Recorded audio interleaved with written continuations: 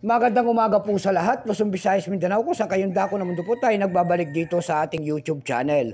Samuel Soriano TV29 para mag-discuss ulit ng another coins at ito po ay ating hilig mangulikta ng barya. Kaya po tayo nandito nagsiselling ng kanilang mga alaga ang aking mga koleksyon para malaman natin ang tunay na presyo. Magandang umaga po sa lahat ng ating mga subscriber dyan. Thank you so much sa inyong lahat. Maraming salamat din po sa nanonood doon sa ating FB page, Samuel Soriano. Lahat po na nakapalo doon sa akin, thank you so much. Lahat po na nagsisend ng star doon sa aking FB page, maraming salamat din po sa inyong lahat. Ayan.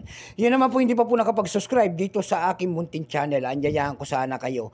At makalaking tulong na po o bagay ang inyong gagawin tulad ng pagpindot ng ating subscribe button, like and share para ma-update ko kayo sa mga latest ko pang gagawin mga video po. Meron na naman tayong pag-usapang barya guys at ito po ay barya po ng Indonesia. Pera po ng Indonesia, 100 rupee year, 1998.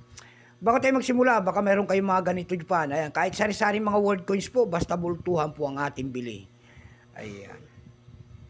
Bago tayo magsimula sa ating talakin, kilalanin mo muna natin siya. Issue po, Indonesia. 1949 up to date po.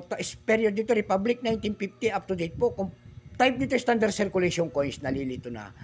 Years 1991 hanggang 1998, value nito 100 rupee, Indonesia, currency rupee. 1985 up to date po, composition niyan ay aluminum bronze, may bigat lamang itong 4.13 grams. May habang 22 mm, may kapal po naman itong 1.6 mm, hugis po bilog, orientation niyan, middle alignment. Itinigil naman ang paggamit sa barya na ito doon sa Indonesia noong November 30, 2016. Number NDAS 3084, reference number KM-53.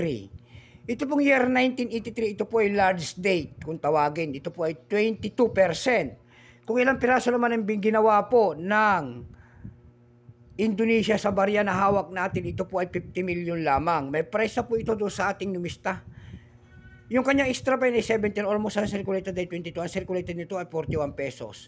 Dako naman tayo sa kanyang presyo doon sa ating EB.com. Sa EB.com po nakita ko tayo nagbebenta doon ng $6.50. Nasundan po ito ng $3.98. Yung pinakamalit po ay $2. Dako naman tayo sa Carousel PH. Sa Carousel PH naman po nakita tayo nagbebenta doon ng 300 pesos. Ayan lamang po ang ating nakita.